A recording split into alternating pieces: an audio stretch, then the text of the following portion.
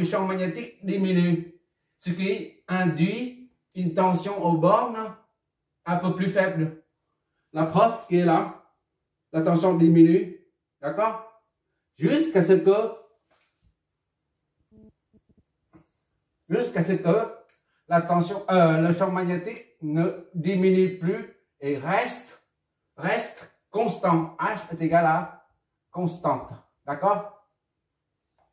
Il n'y a plus de tension là, VT nul.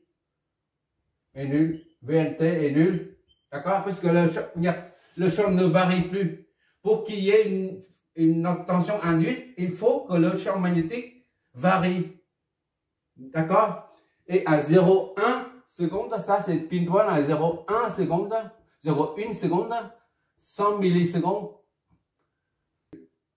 Le H, le champ magnétique, il devient constant, le courant devient constant et la tension est nulle.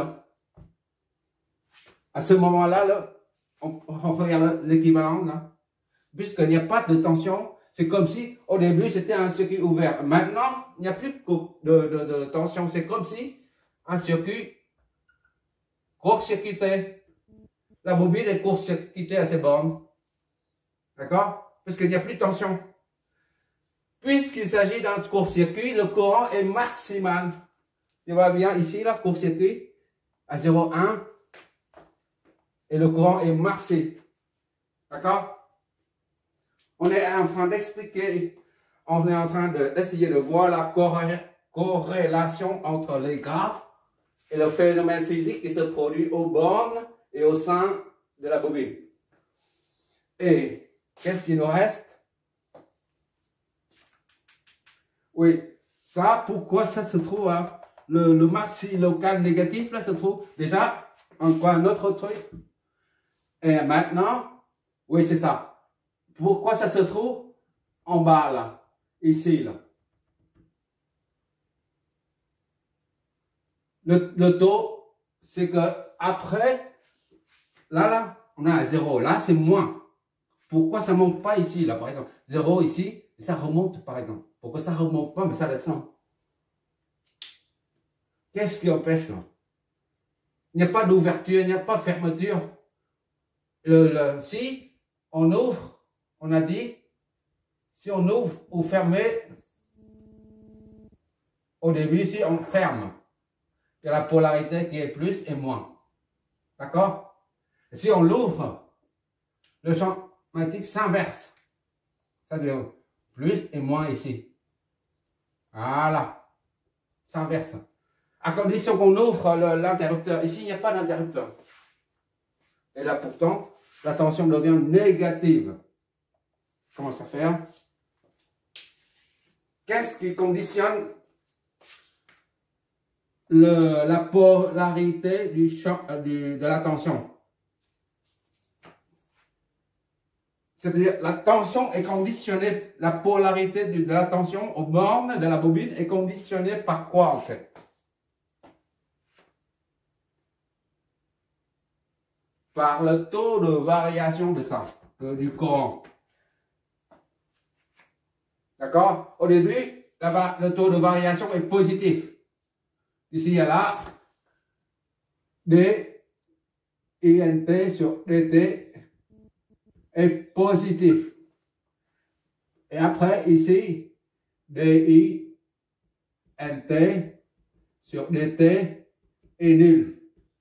D'accord?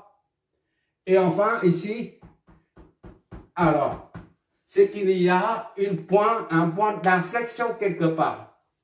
Un point d'inflexion, c'est-à-dire une courbe comme ça, là. Comment je vais... Point d'inflexion. En génie civil, on l'utilise très souvent. En électricité, ça c'est l'occasion.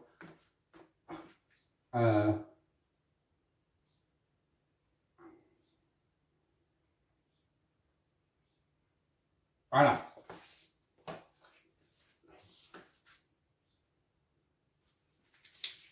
Ça, au début, ça, tu vois là, ça c'est là. Ça continue ici, là. Ici, a tendance à continuer ici. D'accord? C'est sur la pente qui parle ici et là. Alors ici, ça fléchit un peu là. Ça change la variation du courant, là change. À ce niveau-là, mais on ne voit pas le maxi ni le mini. Ici, on voit le maxi, on voit clairement, il y a un changement de pente. Ici, voilà. Ici, voilà, on voit un changement de pente. D'accord? Mais là, on ne voit pas la change. Parce que grâce à l'extrémum local, on voit de part et d'autre la clarté du changement. Un changement net de part et d'autre de l'extrémum local. Mais ici, on ne voit pas. Et bien ça ici, là, c'est un point d'inflexion. Ça change, tu vois bien, ça change. Il y a un point d'inflexion. On appelle ça le point d'inflexion. Et pour trouver le point d'inflexion, là, c'est ici le taux de variation DI, NT sur DT. Là, le point d'inflexion, il y a une variation là, mais on ne voit pas.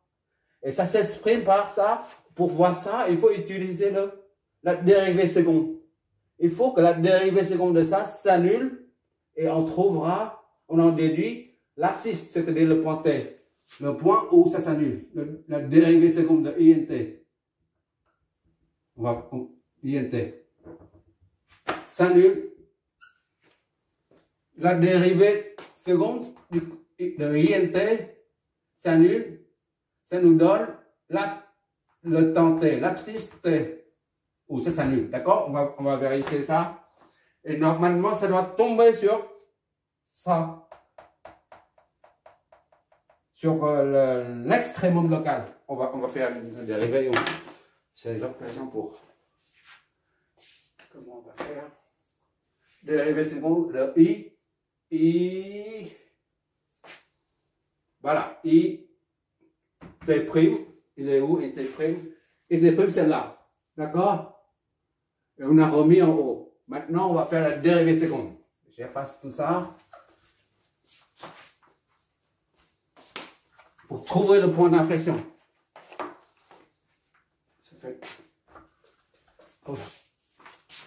Ça fait déjeuner.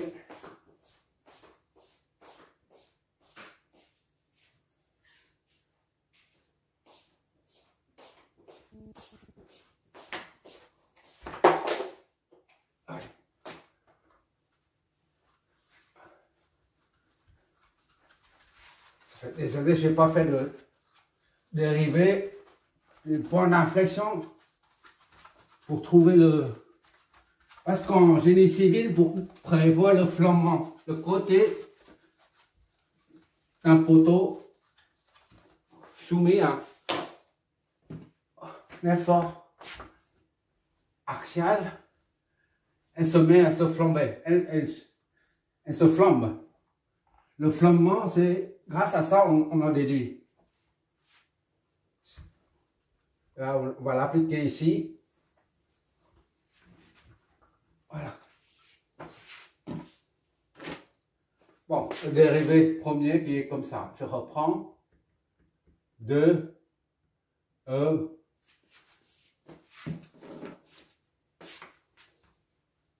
Il y a trop d'eau. C'est l'occasion de...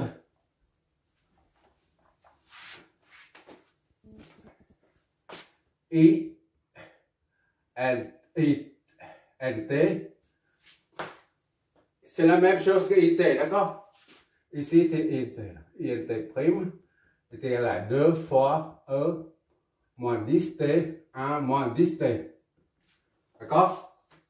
Maintenant, pour la dérivée seconde, il faut trouver la dérivée seconde. Et la dérivée seconde, ça s'appelle ça donne le point d'inflexion. Donc, on fait la dérivée, on y va. INT seconde est égal à 2 fois U'. On dérive encore une fois. U', V plus U V'. D'accord? Dérivée seconde. Voilà. dérivé premier, dérivé seconde, INT seconde, égal à 2 fois, dérivé de ça, ça moins 10, E moins 10 T, fois ça, 1 moins 10 T, d'accord? Plus E moins 10 T, fois, dérivé de ça, 0, dérivé de ça, moins 10. Ok. Qu'est-ce que ça donne? INT seconde est égal à 2. On multiplie là-dedans. On sort. 2, on sort. Doucement, on va doucement, sinon.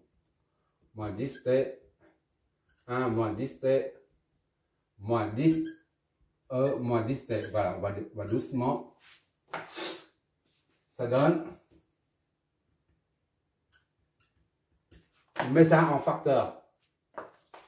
2 fois moins 10 T. Moins 10 E moins 10 T. D'accord? Il reste 1 moins 10 T. D'accord? On met ça, on facteur ça, on facteur, il reste 1. 1 à ce côté-là, parce que moins 10, on sort. 1. Donc, INT seconde est égal à moins 20 E moins 10 T fois 2 moins 10 T.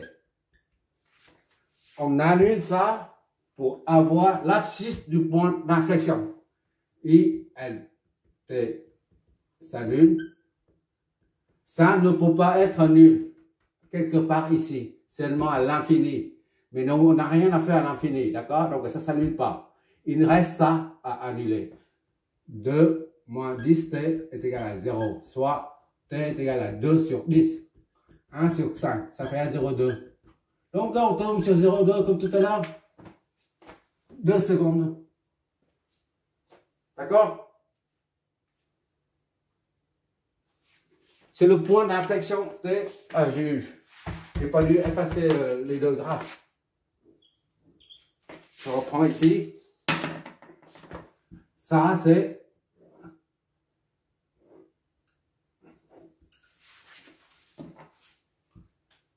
le courant qui est comme ça.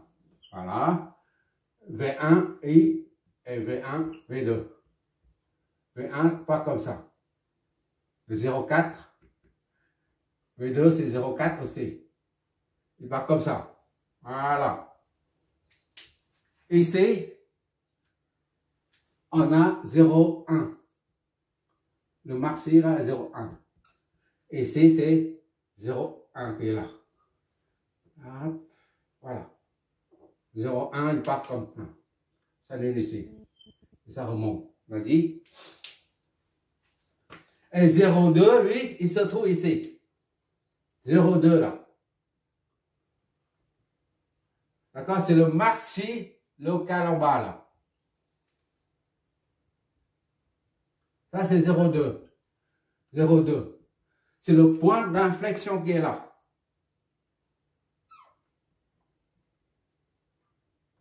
Voilà. Qui coupe ça. Voilà. C'est-à-dire qu'ici, alors, le taux de variation, il est comme ça. Là, à tendance là. Mais ici, à partir de 0,2, ça se fléchit un peu. C'est pour ça qu'on dit le point d'inflexion. Ça fléchit un peu. D'accord? Et bien justement là, le taux, ici, là, le taux varie. Ici, le taux s'annule. Et après, le taux de variation varie d'une façon, disons, A. Et à partir de là, le taux de variation varie d'une autre façon B.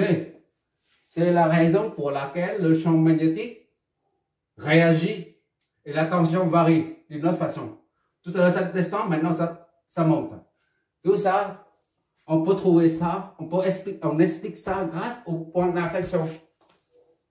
D'accord? Bon.